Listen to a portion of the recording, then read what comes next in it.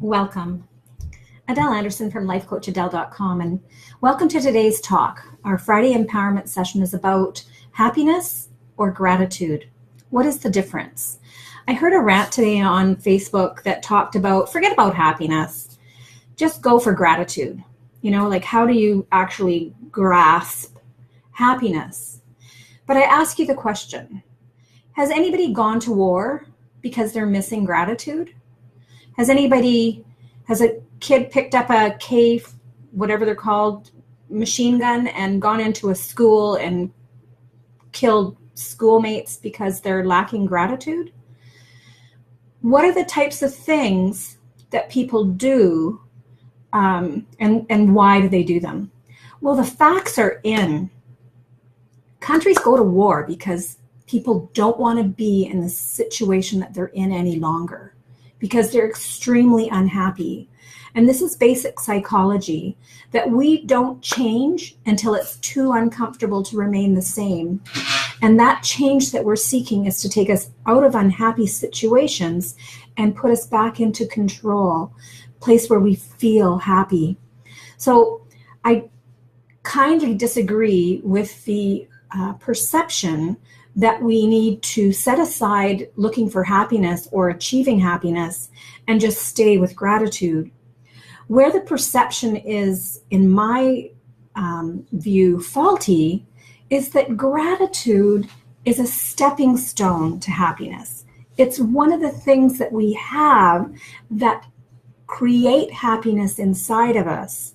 Happiness is completely internal. Thank you for joining me. So when we look externally for reasons to be unhappy, we simply remain unhappy. So let's discuss what happiness is. It's a sense of well-being within our bodies. We feel joy, we feel peace, calm, harmony, a sense of satisfaction. It means that we're living within our core values, so we know what those are. My number one core value is integrity. I can't live without it. Otherwise, I will create unhappiness within me. So if I stay with that trajectory of always remaining in integrity, then I fulfill one of the fundamental building blocks of happiness. Gratitude is one of them. So is being kind. So doing kind things for others. But planning an act of kindness is actually a bigger happiness builder. It's about feeling in control in our lives, about having a purpose, about feeling passionate about what we're doing. We're following our heart. Our mind, the strength of our mind is taking us there, but we're actually following our heart harmony. And it's a function of our brain of how we progress and make that happen. So when we're using words like searching for happiness, our brain actually goes into a function of searching. We haven't lost our keys, we haven't lost a pair of socks. We're talking about happiness, which is an internal state of mind. It isn't that it's lost, it's just that it's lost its focus within our mind. So if I turn on my focus and I focus on happiness, then what I focus on becomes where my journey goes. So what we focus on, simply as a flashlight, bringing that metaphor into our brain, becomes what we are. So we know that as an absolute fact in neuroscience. What we focus on, we move towards. So if we're focusing on learning about happiness, achieving happiness in our lives, then we're going to do things that create happiness. It becomes like a Tetris effect. A Tetris effect is what you see in your environment. You begin to see it everywhere. So again, it's a cascading action that continually focuses our mind, the algorithm within our brain, towards seeing things that make us happy. Rather than always looking externally, like that person did something to me and that made me unhappy. Well, that's a false reality, because we can't actually control what other people do, say, be, are. So when we rely on someone else to create happiness for us, we put ourselves in a boat that's out in a stormy sea.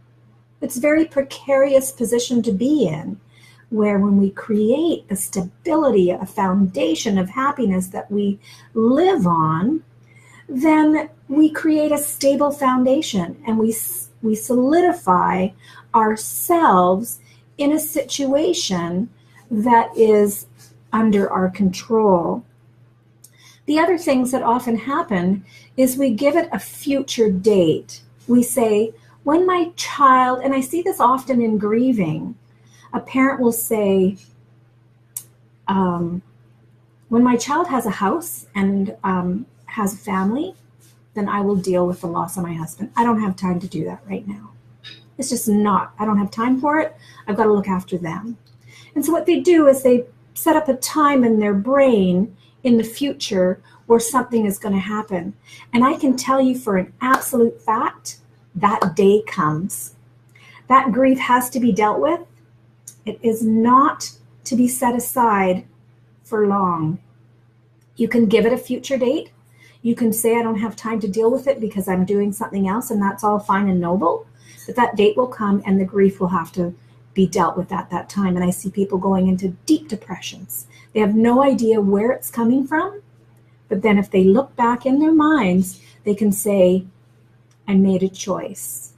I made a choice to deal with this 5 years from now, when my kids are settled, where my kids have passed that state of grief, and now I will have time in my life.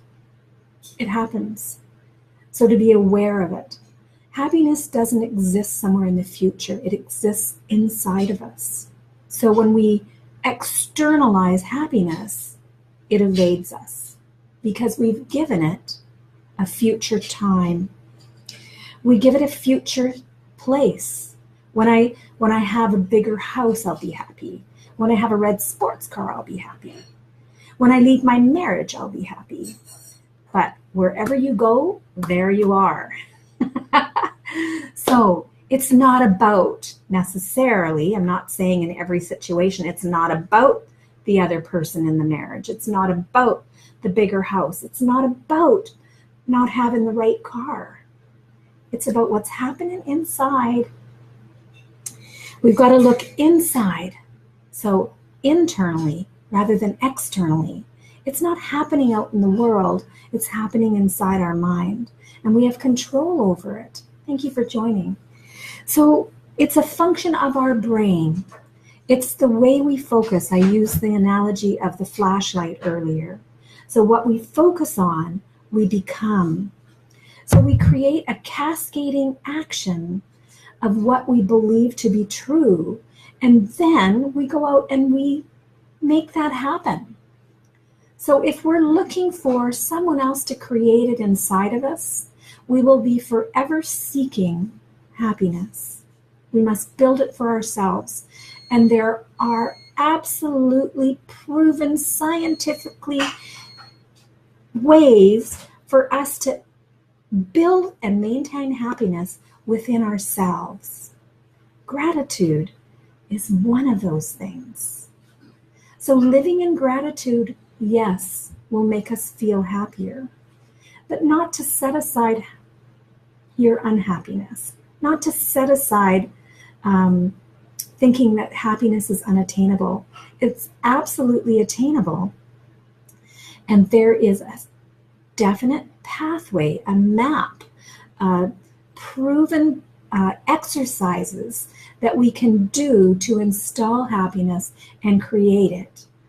What happens along with that, this cascading effect, happens within our mind. It's the neurochemicals, the hormones that pass from our brain when we have feelings of joy, when we have feelings of satisfaction, of having purpose and passion within our lives. This creates the cascading effect of the neurochemicals within our brain that produce the feelings of joy, satisfaction, happiness. It's a process. It's attainable. It is real, and it is there for everyone. So thank you for joining me today. I would love to discuss with more about happiness in person. I'm available either by email at yes@lifecoachadele.com, or on my website. You can book an appointment with me at www.lifecoachadele.com. Until we speak in person, remember that the focus is what you become. So focus on happiness, and your mind will take you there. And I can take you by the hand, lead you down the garden path, and illuminate happiness. Stay well out there.